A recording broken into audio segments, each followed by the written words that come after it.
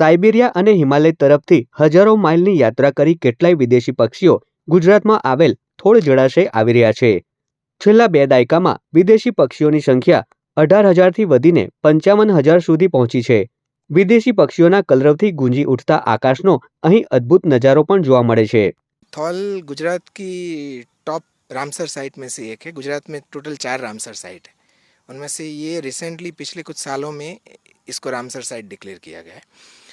इसमें 370 से भी ज़्यादा स्पीशीज़ के बर्ड्स आते हैं। मोरओवर ज़्यादातर यहाँ पर ग्रे लेग गीस, बार हेडेड गीस जैसे कई सारे पंछी माइग्रेटरी बर्ड जो वहाँ से आते हैं, जैसे हिमालय से, फिर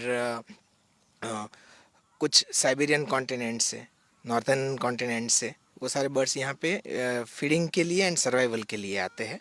और थॉल की डाइवर्सिटी में वो एक पॉजिटिव एंगल है।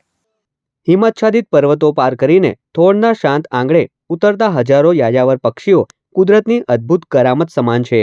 આશરે 700 હેક્ટરમાં ફેલાયેલું આ સરોવર આજે ગ્રેલેસ ગૂસ અને બાર હેડેડ ગૂસ સહિત 300થી વધુ પક્ષી પ્રજાતિઓનું આશ્રય સ્થાન બન્યું છે।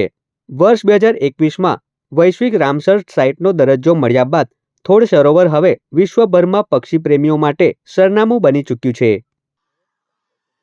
मैं यहाँ पे ये बर्ड्स वगैरह देखने के लिए आया हूँ। ये मेरी हॉबी है, birds photography, wild life photography. काफ़ी लोगों से सुना था कि यहाँ पे बर्ड्स, माइग्रेटिंग बर्ड्स आते हैं ये सीजन में। सो फर्स्ट टाइम मैं यहाँ पे विजिट कर रहा हूँ।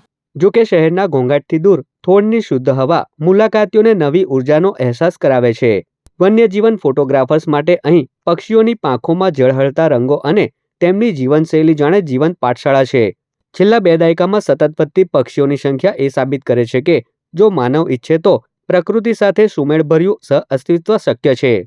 ऐसा लग रहा है कि जैसे हम इधर खुली हवा में प्योर ऑक्सीजन ले रहे हैं, जो हमको अहमदाबाद में नहीं मिल रहा है। और आज नहीं, मैं करीब 20 साल से इधर आता हूँ, 2006 से आ रहा हूँ रेगुलरली।